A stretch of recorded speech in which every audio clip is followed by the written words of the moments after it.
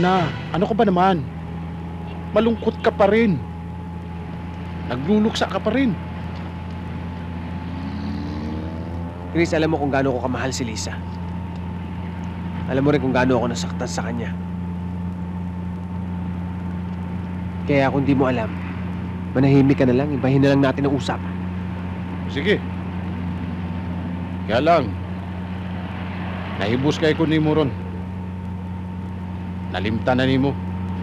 Kaya bagod ka nga, kadlawan ako karon. Uy! Uy! Happy birthday! Hindi ko makakalimutan yun. Ano makakalimutan? Talaga si Chris. Paano ko makakalimutan yun eh? Ililibre mo ko ngayon. Thank you, sir. Happy birthday! Kaya lang, pasensya mo na yung pupuntahan natin. Turo lang yun. Akala ko makakapasok na ako sa Manila Hotel eh. Eh palagi ko lang nakikita sa labas yun eh. Natatakot akong pumasok, baka singilin ako sa pintuan pa. Tayo. Oh. O yan, oh. Okay. Okay. Alam mo namang yan lang ang nakayanan ko eh. Ito, ayos na to. Alam mo naman tayong mga pulis. Konti lang sweldo.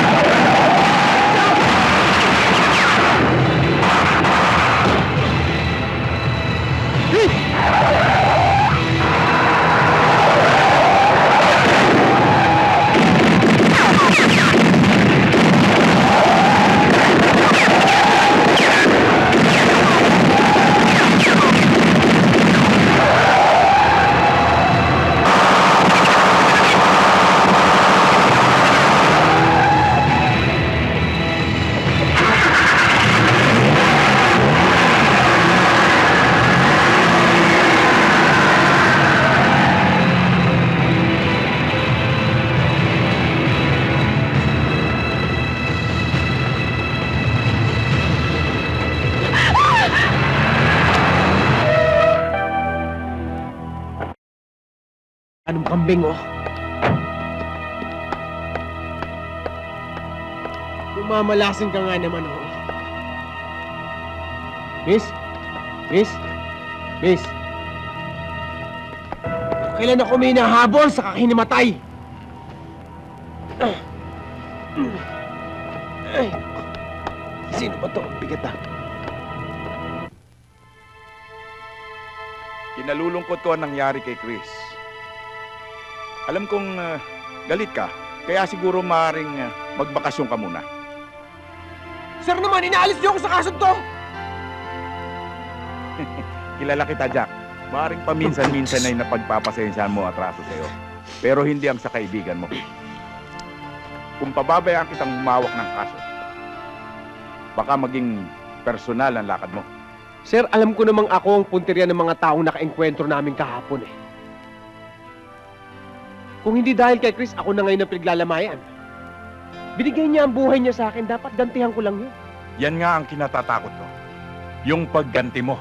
Alam ko naman may kinalaman to sa paghuli ko kay Edison Yu eh. At sa tangka nilang panunuhol sa akin.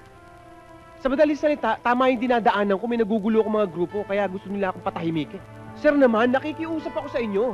Bigyan niyo naman ako ng pagkakataon na mabigyan ko ng katarungan ang pagkamatay ng isa sa mga matatapat yung mga tauhan. Ako hingi pasensya sa kawa aking anak, Mr. Lee. Pero aking pangako, kami hahanap sa kana. Hindi kami titigil hanggang hindi nakita sa Abi Kyle. Hindi lang ako ang nilagay ng anak nyo sa kahihiyan, Mr. Chua.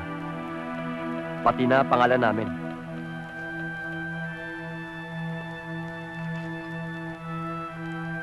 Ibale. Ibale. May 2 linggo pa bago kasal sila. Kailangan hanapin nyo, Abigail. Oh. Hahanapin din namin. Mabuti. Nakakalat na ang mga tauhan ko sa buong Chinatown, Papa. Kung nandito pa si Abigail, imposibleng hindi nila makita yon.